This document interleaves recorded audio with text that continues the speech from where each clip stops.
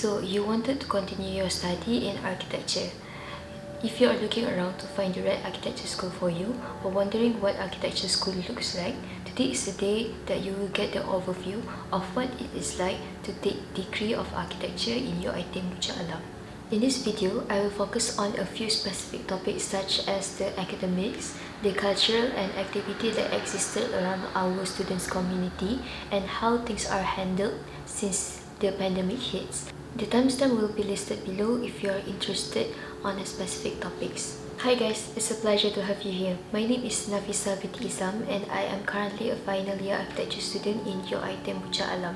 In this channel, I will discuss about various valuable topics such as study tips to get through architecture school, personal development and design process leading up to my final year in architecture. First thing first, the thing that you should know is the course that I am specifically talking about is AP243, Bachelor of Science Architecture. It is one of the few courses in Malaysia that allows SPM, fresh SPM leavers to directly jump into degree without having to take Asasi or diploma. So the question is, if you are interested to enroll in this course, how do you actually apply?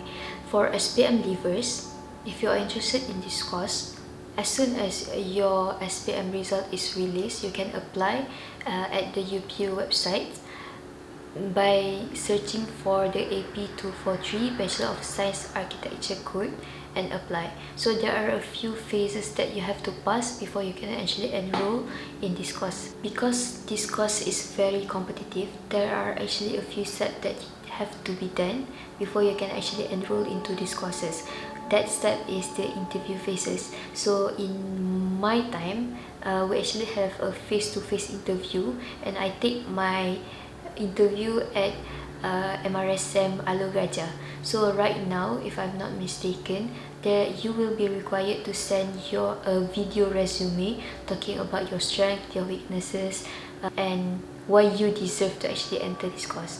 If your video resume is accepted and you pass the interview section, then you will become an architecture student in UiTM Puncak. So welcome to architecture if you are one of those who already passed the session. One thing that you should know that at UiTM Puncak there is actually two different intakes. Two different studios will enroll at UiTM Puncak each year. What are the differences between both of these intakes? There are first intakes and second intakes, as we call it among our students community. First intakes is the students who enroll at around September or October, and usually it mostly consists of fresh SPM leavers.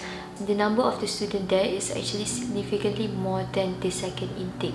So the second intakes, on the other hand, is the students who enroll in at around March or April. The culture, normally it will have a diverse age range within the studio. So it might be consists of the SPM leavers who apply for the second time to enter these courses, or diploma students who have just finished their diploma in architecture, or students who are from other courses but interested and jump in to enter architecture. By default, the first intake you will see mostly SPM leavers, and the second intake there will be different variation. And another thing that you should know is that the second intake the number of the student will be significantly less. So the first intake will be around 70 to the most that I've heard is 100 students, and for the second intake there will be around 20 to 30 students. Next, we will move on into the second part of the discussion, which is the academics. When you enroll into these courses, you will be given a list of subjects that you will take in a course of 4 years. First and foremost is the body and soul, the bread and butter of architecture students, which is the design classes.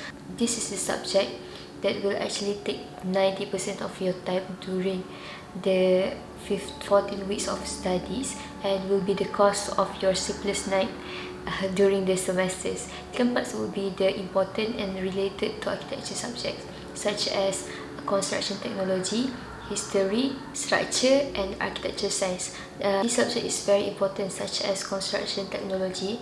If you didn't pass one semester, there might be circumstances where you cannot actually continue to study for the next semester, because every semester the design subject will be related to the construction. So if semester 3 you are talking about timber, you in construction you will learn about the timber construction methods and details. Lastly is the not very important but compulsory as a UiTM students. So at UiTM you actually have many elective subjects and compulsory subjects such as co-curriculum, third language, CTU, and other subject that does not really relate to architecture, but you have to enroll in it as a part of the requirement. What we will usually do is try to finish all of these compulsory subjects early on in our years, such as on our first and second years, so that our third and fourth years will be much more free and we can focus on our design subject. To be fairly honest, I wanted to elaborate more on how to score on different kind of subjects, such as the body and soul part, or the important subjects such as construction, structure, and all of the tips that I have learned over the years on how to score on each subject. But if I include it in this video, it will be too long, so stay tuned for that. Continue on, we will discuss about the overview of what each semester will look like. So the reason why I included this part is most of those who entered this course is fresh SPM leavers who have never experienced what the college life really like. So those who have associate experience or diploma experience already know the structure of the college education, but not us and not me when I first entered this course. In week 1, the first class will always be your design class. Take note that design class will be on Monday and Thursday consistently every semester. On your first day, you will be given your design project that you will have to design for the rest of 14 weeks. Please remember that as soon as your briefing finish, your hard work will begin right there and then. Then, for week 2 to 7, you will continue on with your classes, assignment and tutorial session depending on your class schedule. Usually for design, it will kick off with group projects, and after that, then you will work on individual works. My advice is, choose your group member well. It will help you well to have a solid team when any of you are stuck at one point. In between week 7 and week 8, there will be a mid-semester break, which, to be honest, usually students will use this break to prepare for the upcoming week, as grid and submission an important tutorial session will usually be scheduled right after the break.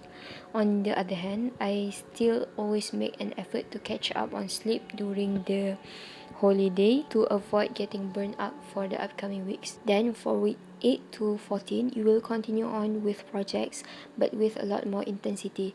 Many of the important phases such as final critique, assignment submissions, and final assessment will be done on the second part of the semester. So this is why taking a small break once in a while is important to avoid burning out on the final stretch of the semester. After 14 weeks of study, you will get 1 week of study where there is no assignment, submission, or classes to focus on revision and exercise. You will then answer your question paper as scheduled. Finally, after all of those hard work, you will finally get an average of 1 month of study break. All of this 14 weeks process will be repeated for the next semester. Next, we will talk about the overview of design classes that you will take in this course of 4 years. During the first year, we will call it as foundational years, where you will focus on the introduction of design and design process. In this semester, you will learn about the differences between critique session and tutorial session.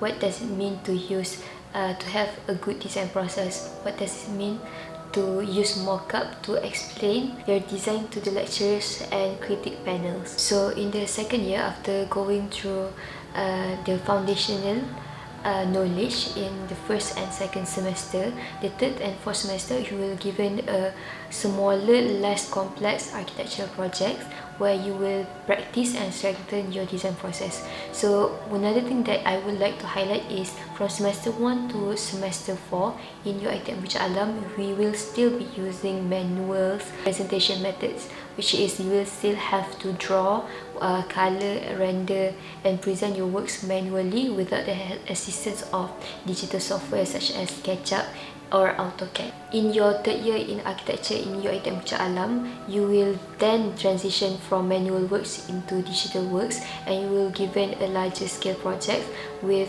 an urban sites. So in your third year, you will also went through your internship in your 6 semesters. So as I said before, in 1 year you will have 2 semesters. So the first semesters, which is semester 5, be given an urban design projects, and then you will go into internship. And then finally, on your last year in architecture, you will be given a bigger and larger scale projects, which is housing, and semester 8 final thesis proposal. The next thing I would like to share is about the program and activity that we actually have among our students community. This programs is also a methods for each studio who are required to handle this program, to have experience on handling, organizing, proposing and managing a program from the beginning to end. So it is an opportunity for you to put it in your resume when you want to apply for a job. So you have experience to improve your soft skill and identify which part of the management system that you are best at and your strength. So usually before the pandemic hits, every studio have their own programs that they will have to handle each semester. For example, for Studio 01, which is the first semesters, you will not required to handle any program because that is your first semester and you are just learning about the whole students community. So for the second semester, we have Arki Iftar, which is an iftar program during the Ramadan. So for Studio 02, we have Arki Charity, which is the charity program to help the student body and those who are in needs. Studio 04 will handle a review day that we will have on each end of the semester. Studio 05, we used to have Arki Guide, but personally I have never experienced or joined this program before because of the timeline and the current pandemic. So Studio 06 will also have no responsibilities to help any program as they are currently doing their internship programs. Studio 07 will usually have ArchiFest, which is one of the biggest events that will happen throughout the year. It will be done yearly, and usually the studio with the first intakes who have the most number of members will handle the ArchiFest each year. And lastly, Studio 08 will handle Archi Sports, which is a sports program where each studio will participate into sports competitions such as futsal, ping pong, badminton and more. But due to the pandemic situation, only a few that has been resumed for this past 1.5 year during the ODL, which is Archi Charity, Review Day, which is a must for every semester, and ArchiFest. All of the programs that I have mentioned above will be approved by Archisa, which stands for Architecture Student Associates. This Students Associate is one of the many Students Associates that existed in Puncak Alam, specifically Alam Bina. So we are not the only courses that existed in Alam Bina. There are town planning, interior design, landscape design, which have their own students body that handle them. It is good to know that we actually have a student body that will manage all of this program and make sure that everything goes to plan, and there will be communication between what the students want to the lecturers. So before you actually jump into this course, there are a few reality checks that I wish you to know before you finally lock and make up your mind. The first is, the reality is there is a rise of anxiety and depression level among our students, and I believe it is the same for any other courses due to the, like I said, lack of proper learning environment or lack of peers and parent supports. So another thing is because it is not as easy to understand and grasp what the lecturers are trying to share to us when we are not face to face and only have a screen in front of us. Due to this anxiety and depression level, many students who actually can design, can perform well, struggles to perform at their best due to their emotional condition. Second thing is the lack of peers and parent support. So during this pandemic, not all of us actually have the opportunity to stay at college. If I'm not mistaken, only a few studios are given the opportunities. For example, the first semesters and the final semesters 8.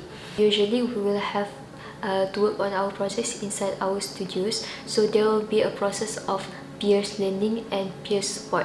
So each student will motivate the other students to work on their projects and not slack off and procrastinate until the end and night before tutorial session. So to actually counter this problem, you will have to find solutions to increase the communication level between you and your student mates. For instance, using Google Meets during modeling, 3D modeling and design development phase, or actually some of the boys in my studio rented one house and stayed for around 10% per house just to have that motivation and peer support to constantly work and develop their project. So with the current pandemic situation, there are a few changes of system that we have to adapt with.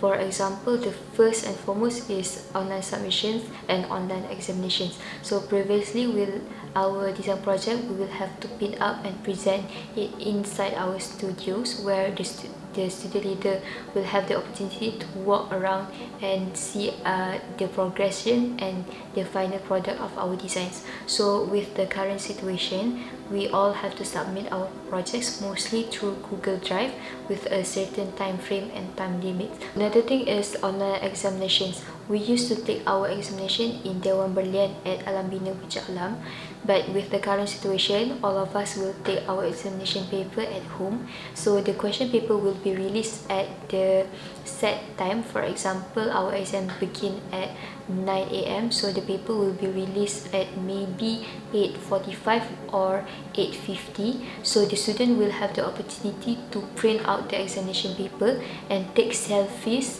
with the examination sheets that we have printed out and posted into our class WhatsApp group, so with our names and students ID, so the lecturer will know who attend the examination, and if anyone has any problem at all, to receive and print out the examination paper.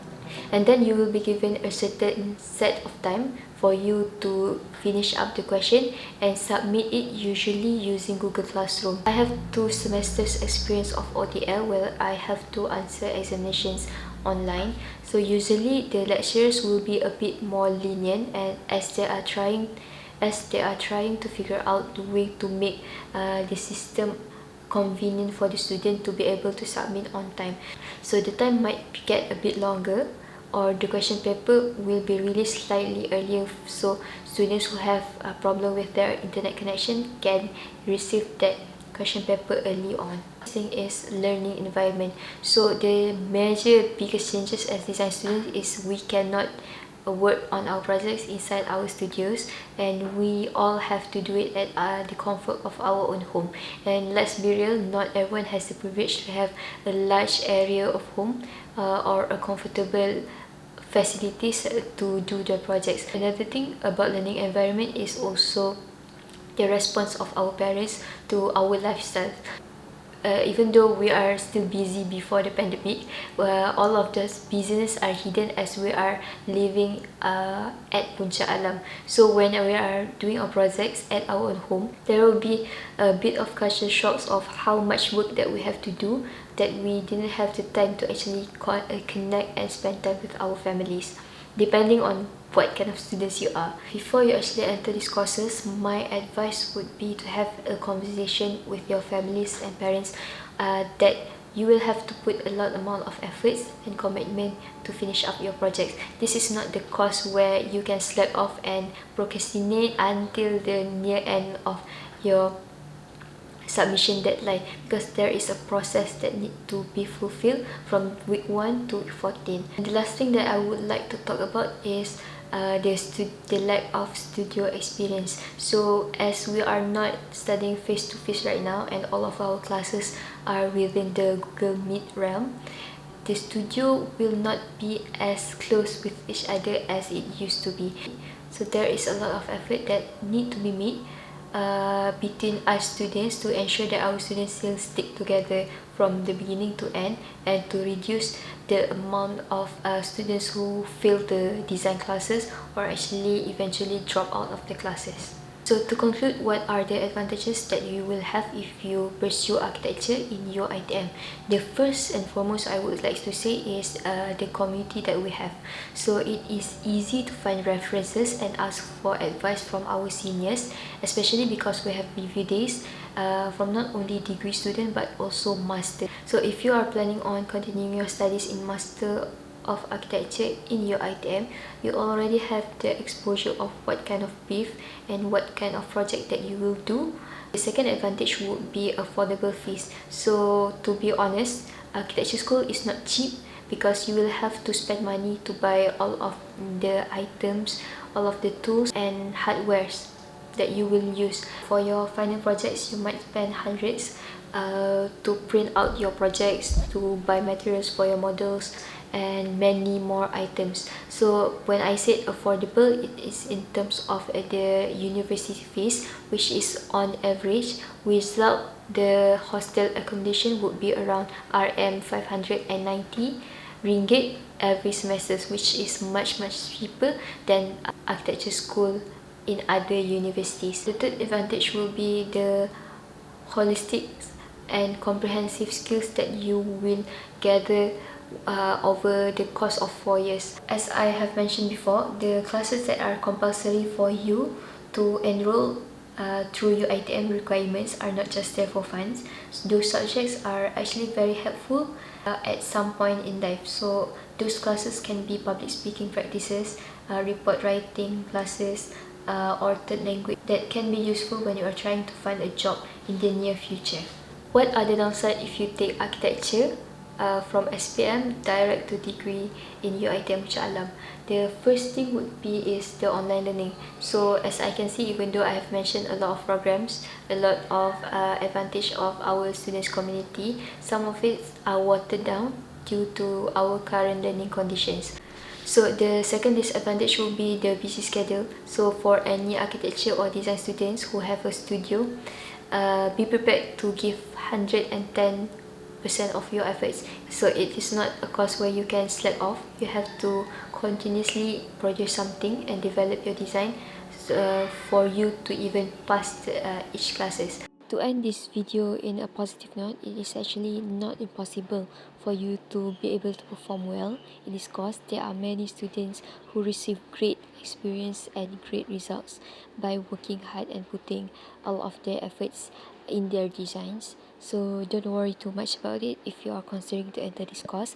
Just enjoy the process, and over time you will learn how to manage yourself with those busy schedule that you have. In overalls, this is something that I wish I knew before I decided to spend 4 years enrolling into this course. I hope that you gain a lot of value from this video, and please do look forward to the upcoming uploads in the future, as I will talk about the tips and lessons that I've learned to be able to score in this course.